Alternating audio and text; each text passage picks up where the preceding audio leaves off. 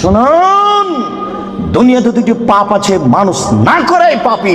Football, cricket, racket খেলা যায় ওই সময়তে যখন টাকার হারজিত থাকবে না, শরীর চর্চা থাকবে, তখন যায়।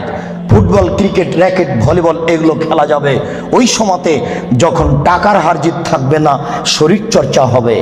আর যাতে শরীর চর্চা নেই, বসে বসে সময় কাটাই, এটা খুবই খারাপ।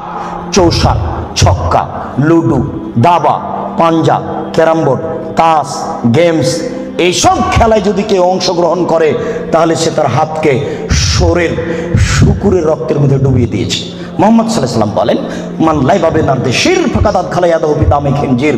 কেউ যদি চৌসার, ছক্কা, লুডো, দাবা, পাঞ্জা, ক্যারাম বোর্ড, তাস, গেমস এই ধরনের খেলায় অংশগ্রহণ করে, সে তার হাতকে শোরের শুকুরের রক্তের মধ্যে ডুবিয়ে দিয়েছে। তুমি সাবধান থাকো।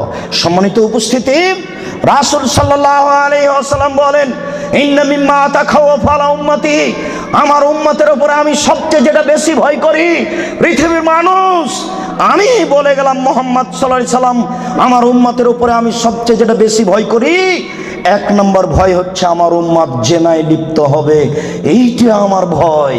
দুই, শাহওয়াতুল খাফিয়া, আমার উম্মত গোপন পাপে লিপ্ত হবে, এইটা আমার ভয়। আমার উম্মত গোপন পাপে লিপ্ত হবে, এইটা আমার ভয়। ছেলে মেয়ে, যুবক যুবতী গোসলখানাতে ঢুকলেই পাপ করছে, একাই হলেই পাপ করছে। পুরুষ নারীর জন্য যে কত জেনার গোপন পাপের ব্যবস্থা হয়েছে এখন।